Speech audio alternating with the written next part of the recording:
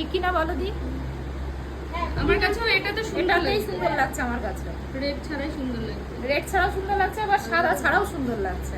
থাক, এটাই থাকো, আর কিছু দিতে হবে না, ছাড়ো, এটাই থাক। দেখা গেল দিলাম আবার অন্যরকম আর পুরো কমপ্লিট হয়নি, তাও কেমন লাগছে? নিজেকে কেমন আগে লাগছে? হ্যাঁ আমাকে, আমি তো বলে দিয়েছি আমার চুমু লাগছে, যার সময় চুমু দেবো সব কটাকে।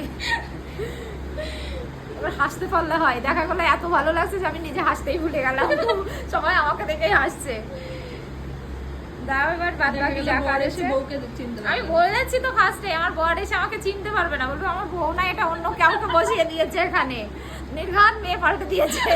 না, আগেকার দিনে হতো যেটা মেয়ে মানুষ। হ্যাঁ বাবা, মেকআপটা সুন্দর হয়েছে, কলকাতা তো অসাধারণ হয়েছে।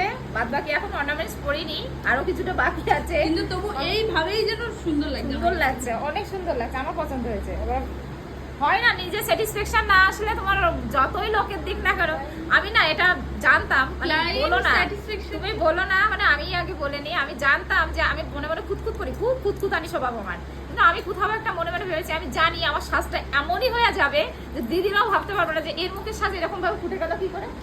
সিরিয়াসলি এটা আমি অনেক সময় ভাবছিলাম, হয়, এটা আমি অনেক সময় ভাবছিলাম যে এটাই হবে, যে আমার সাজটা এমন ভাবে ফুটে যাবে দিদিরাও বুঝতে পারবে না যে এই মুখের সাজে এইভাবে ফুটে গেল। তুমি